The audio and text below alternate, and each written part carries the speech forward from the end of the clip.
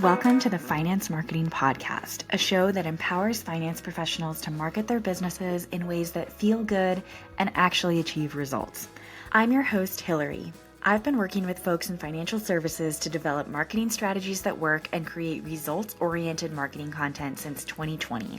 And I've learned a lot about what works in finance marketing, what doesn't work, and where financial services pros get stuck. Join us each Friday as we explore real, effective ways to market your finance business and connect with folks who truly embody your ideal clients.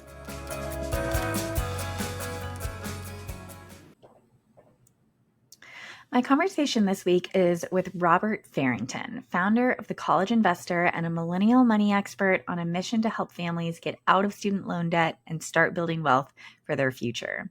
Now, I got connected to Robert through Jack Wang, who you may remember from a recent episode, and I was immediately excited to chat with Robert because as someone who has also sourced subject matter experts for quotes in financial publications like MarketWatch, I knew he would have a lot of great insights to share about how to make effective use of this marketing strategy, or in other words, how to get quoted in big media publications like MarketWatch, which I write for, and Forbes, which Robert writes for.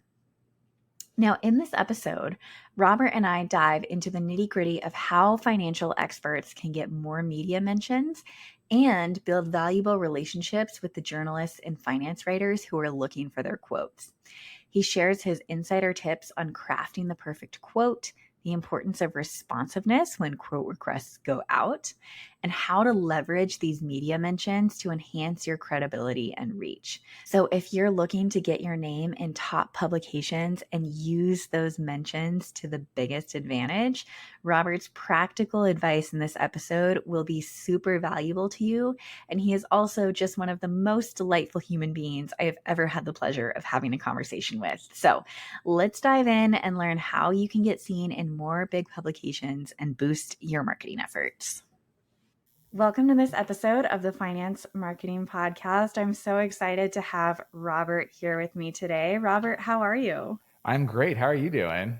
I'm good. I'm really excited to chat with you. A mutual acquaintance of ours connected us, Jack Wang, who was just on the podcast a couple of weeks ago. He told me that he met you in person in FinCon in Austin, I believe.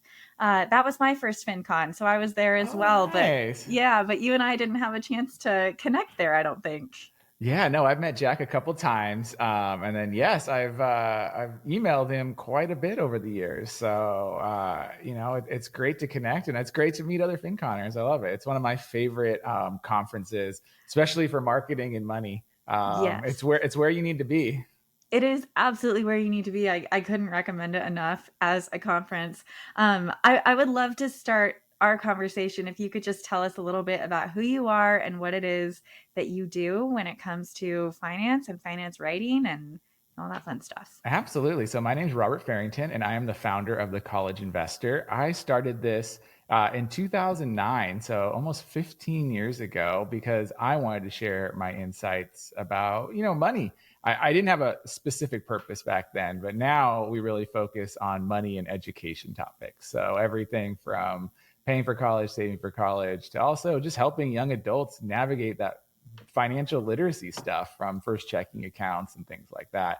But I didn't start just 0 to 100. I actually started this website and it kind of, bumped along, but I was a freelance writer for a lot of times. I remember I was writing 20 to 30 articles a month for, all kinds of publications for probably about 5 to 7 years.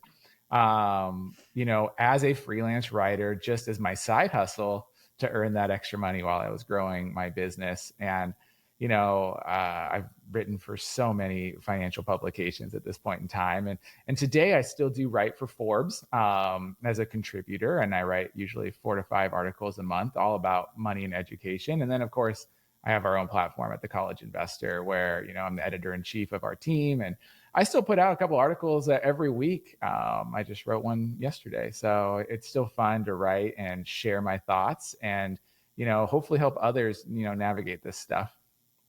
Yeah, I'm really excited to be connected with you because when Jack was talking about you, and we'll talk about, the ways in which you've worked with Jack in just a minute, he said, "Oh yeah, Robert, started and is the owner of the College Investor." And I knew of that website.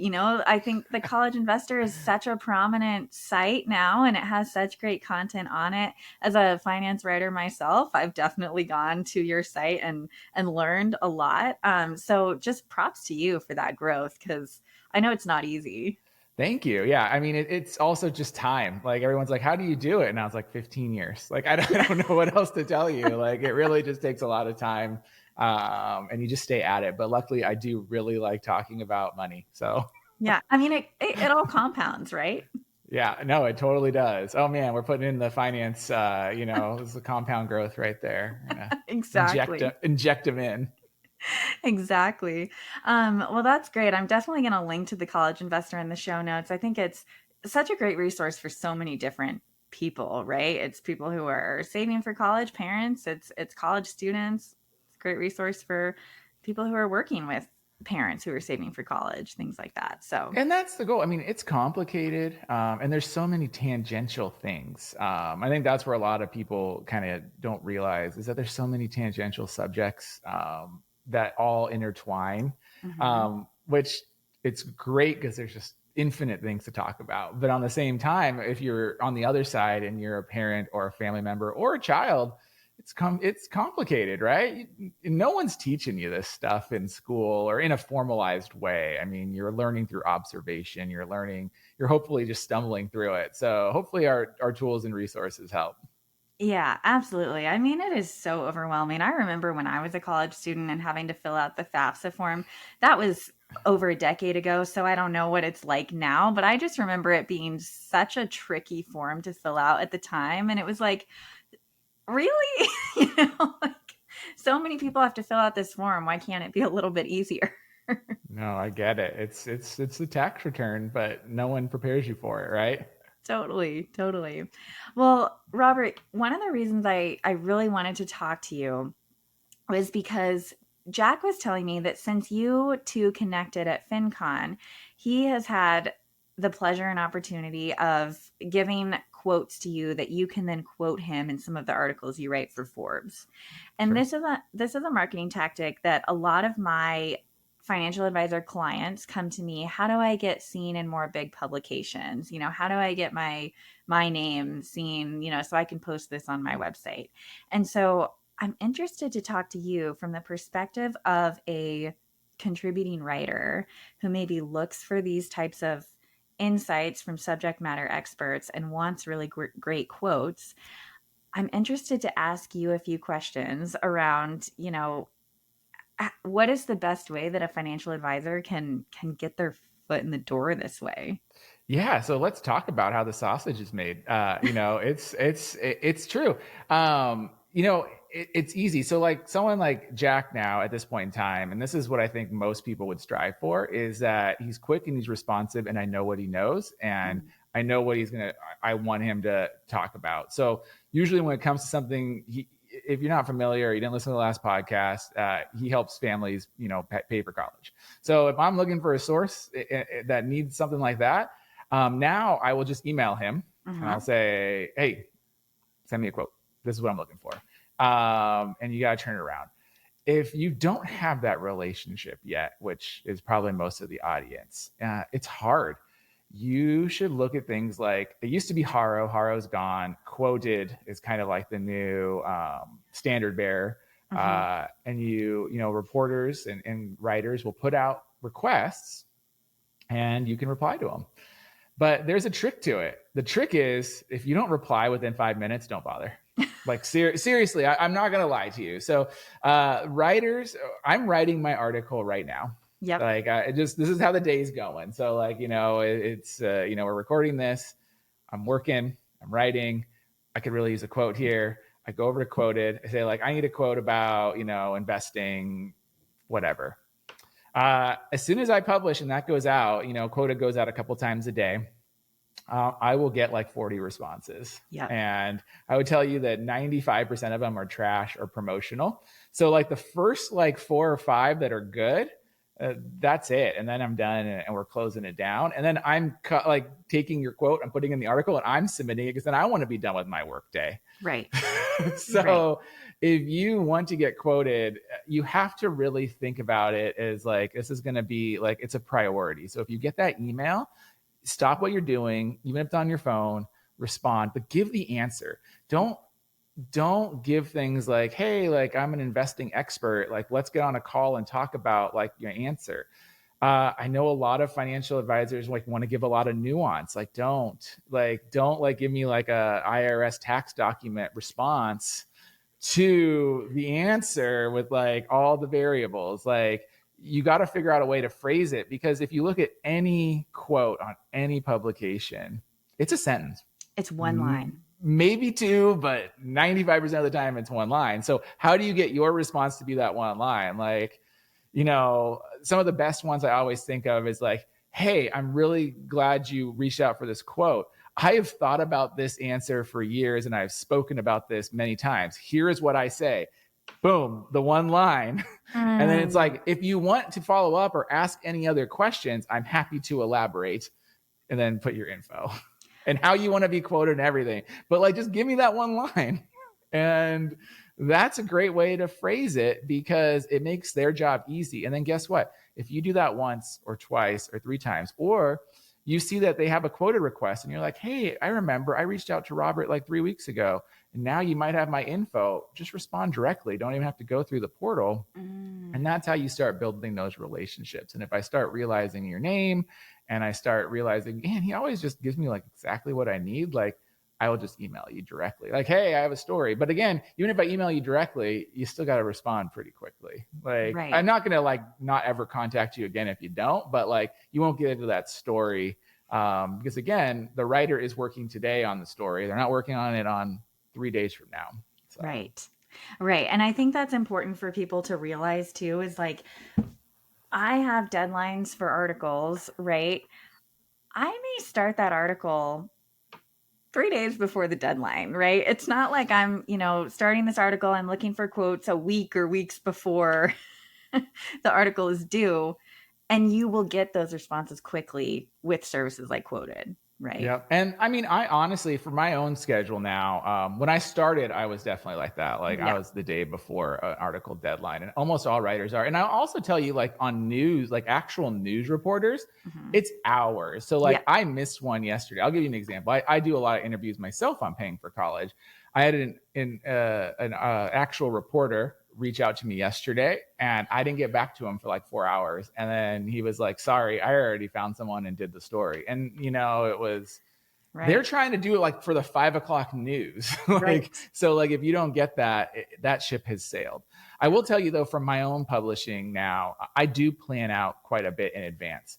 So like I try to get my article ideas going and like have like a bucket of like stuff already in the queue, because I also know that like life comes at you and you might not be able to get to it. But then on the flip side, that queue gets pushed down because Lord knows our government's going to do something, or the president's going to forgive some student loans, or who knows. And I have a quick article that I could just drop in there, and then that other evergreen kind of stuff just gets pushed out farther and farther because something news. But now the nice thing is I have a little bucket of stuff. And so you also might give a quote and not see anything for 6 weeks, because like you might have been the evergreen, always investing topic, and then it just got pushed out into the future because newsy stuff took the place of it. Totally. I remember, me and my team, we were doing a really big contract for Market Watch for a time, and we would get like 50 articles a month. And that, to me, I was able to source quotes for those well in advance. And then people would reach out to me like, hey, did you use my quote? Like, yes, it just hasn't been published yet. So I think it is really important to kind of have an understanding of why these different timelines might differ, or why these timelines might differ.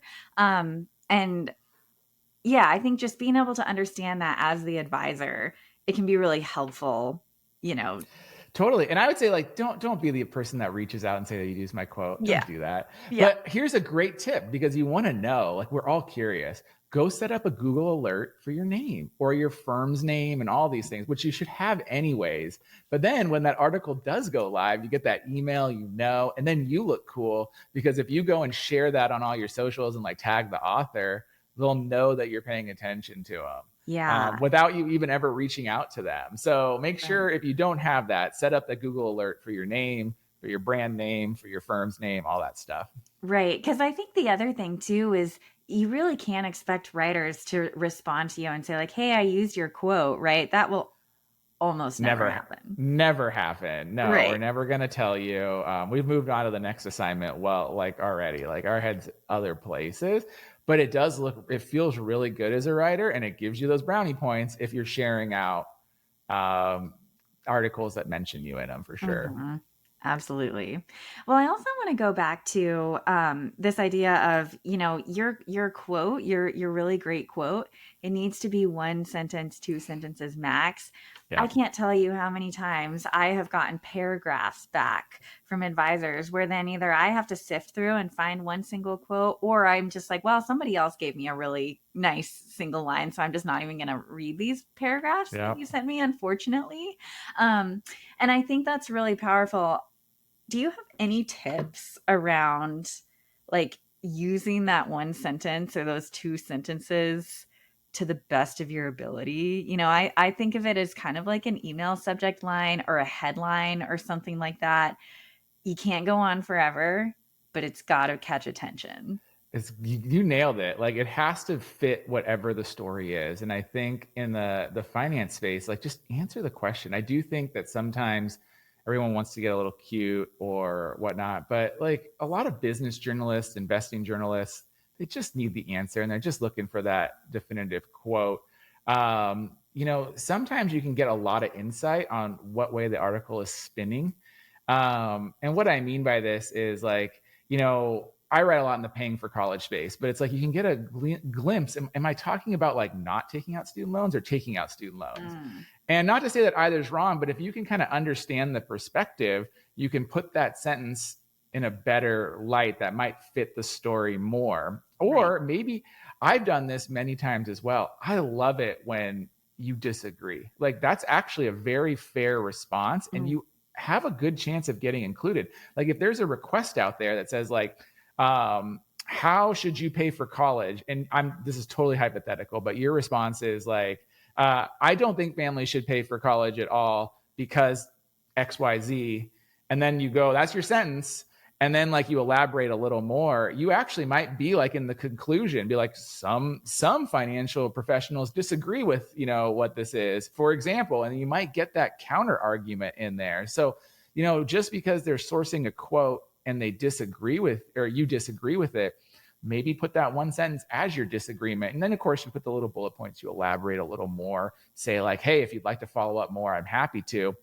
Because I've also learned over time, and myself included, I learned so much from the people that contribute into my articles. right. And sometimes they bring some very valuable perspective that I didn't know. Yep. And I will tell you, in the bigger journalism space, a lot of people that even at like these big brands, Wall Street Journal, New York Times, they do not know how this stuff works. And Mhm. even though they've written about it for years, I'm sometimes shocked. I'm like, I read your article a year ago and like you sounded so like savvy about this, and they don't know. And so, don't think you might know more than these people. And so it's really, how do you explain? I always think of like Reddit, like explain like I'm five. Yeah. Like, how do you put it down in like the simplest terms so that you can get it across? Because also realize these publications are going out to the Right. masses. Right. Um, Also, but tailor your audience. Maybe this publication isn't the masses. Maybe it's a niche industry publication where Right. you can give some more technical detail. Like an RIA advisor, something that's so, wonky, or a tax, some of those like Spiegel taxes, or things that they're really looking for like the detail. You might be able to get away with more than a couple sentences, but then you need to kind of back it up with that next paragraph and then like share some thoughts on it as well. Well, I really love this notion too of, you provide the quote, you make that really concise for the writer, but you can add some details about yourself and some further explanation, around that quote just for the writer to kind of see. I think that's actually kind of a really hot tip there is, you don't necessarily need this for your quote, but if this helps you see my quote is the most valuable one, you can add that. Exactly. And it just gives them a frame of reference, or follow-up questions. And maybe the follow-up question becomes a quote like, I don't know, what do you mean? And then, you start a little email conversation, but you also build that relationship. And I think that's so important, because that's how you'll get the ongoing, is Right. building that relationship. They start knowing that you really know this thing. And maybe they won't have an article about this for 6 months, but in 6 months, they might.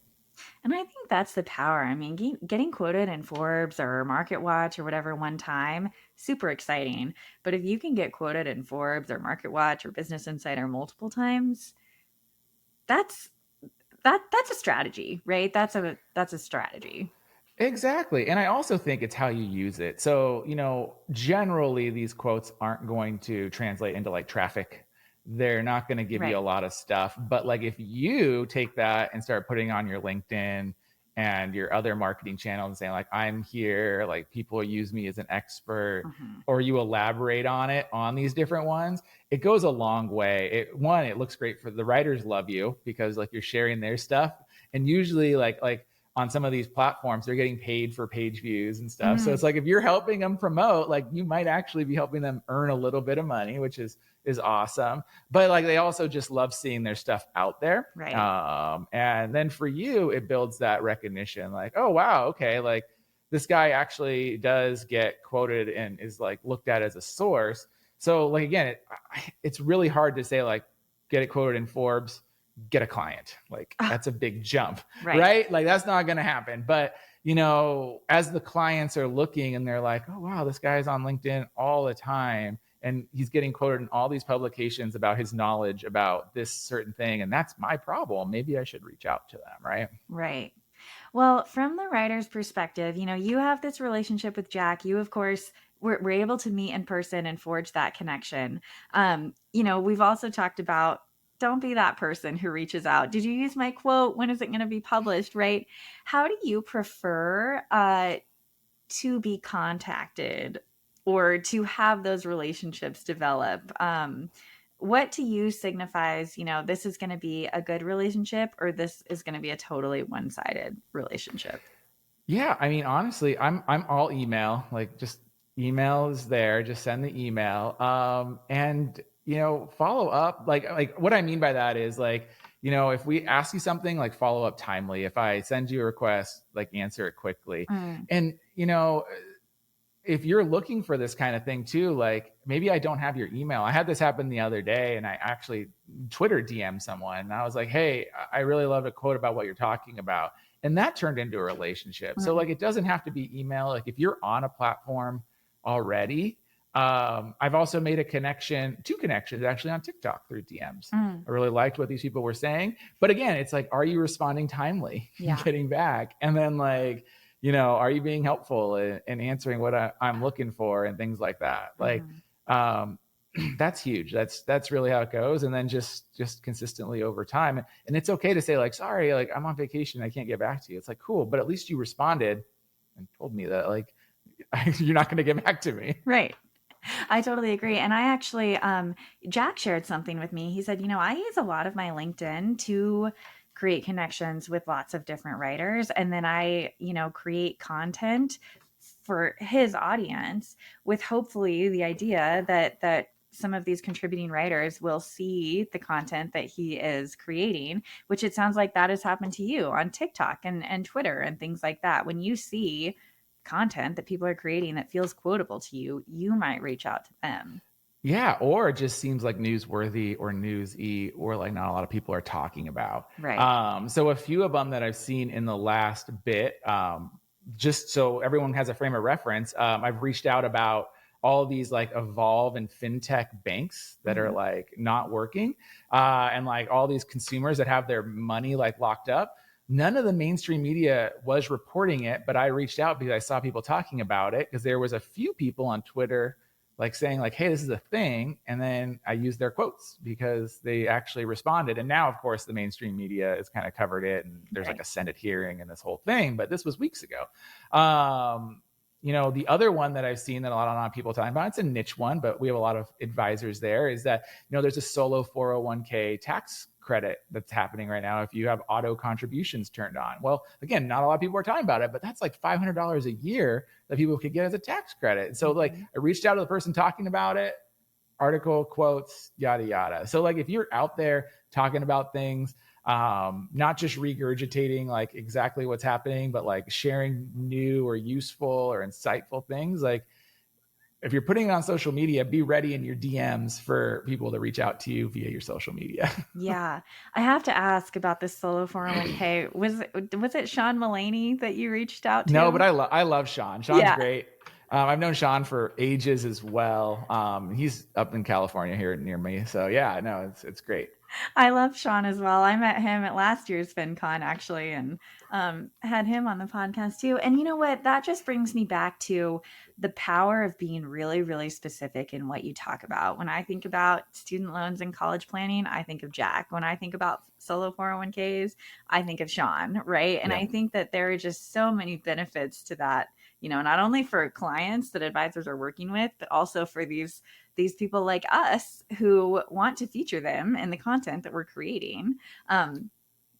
That's who I would go to if I needed a quote about that. Exactly. But you also have to think too, as a journalist or a writer, you probably don't know who those people are. Right. And so when you do a search though, and like if you're always talking about solo 401ks, like that name's probably going to populate a lot. And so then you're like, okay, well, maybe this is a person I should reach out to. But if you're not creating that content, if you're not putting out the, quotes, you're not sharing, because again, even share stuff that like you're not quoted in, but is about your subject is a great thing, because like it just continues to build that like, I'll talk about this stuff. Yeah. I'm involved in this kind of thing. And this is what I do. Yeah. Yeah, absolutely. Well, Robert, this has been so helpful. Is there anything that I haven't asked yet that you think is pertinent to our conversation, or did we kind of cover it? No, I think you nailed a lot of it. I think the biggest thing is just being fast and responsive. And I think that's the hardest part. I've been on both ends of it. If you're working and you're trying to build your business and you're meeting with clients and it's like, I have to stop and like respond to a thing, it can be hard. But if you build systems and tools and like, you know what you're talking about, like if you already have your sentences, like it's really quick and easy to respond, and you can have a lot of success with it. But I also think that just getting that mention is just the first part. Yeah. Sharing that mention and promoting it is the second part. It builds that relationship with the author, but it also can help build your own brand and the business. So like you don't just stop at like, I got my quote, I got it into an article. Like you got to take it and go from there. And then even then I know people that like, you can automate these things, but like set it up to like go out every 6 months or something. Yeah. Like keep sharing it. It's kind of nice. Again, as a writer, you like that feels good. Yeah. You build that relationship. But then for you, it's like you can kind of keep tooting your own horn that like, hey, I was mentioned in Forbes, or I was mentioned in this article, right? I think that's so smart. It's not just, don't just post it once, right? I mean, use that multiple times, as much as you can. I like this notion of every 6 months or so, kind of reposting about it. Put it in the queue. Like, I don't know what social media tool everyone's using these days, but like usually you just drop them in the queue and they tweet out or they LinkedIn out every so often, right? Yeah, absolutely. Well, Robert, if people wanted to learn more about you, where would be the best place for them to do that? Absolutely. So you can find me at thecollegeinvestor.com, and that's where I talk about money and education. Or you can go to robertfarrington.com and you can see my writing and different things like that. Awesome. Well, I'll link to both of those in the show notes. Thank you again for coming onto the podcast and sharing all of these great insights with me. This was really fun. Awesome. This has been fun. I loved it.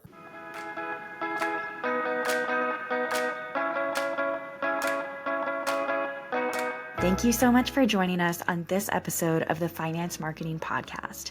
If you're eager to market your business in a way that feels good and actually gets results, sign up for the Finance Marketing Podcast newsletter in the show notes so you never miss another episode. If you liked what you heard today, please be sure to subscribe to the show on your favorite listening app and leave a review on Apple Podcasts. We'll see you back here next Friday.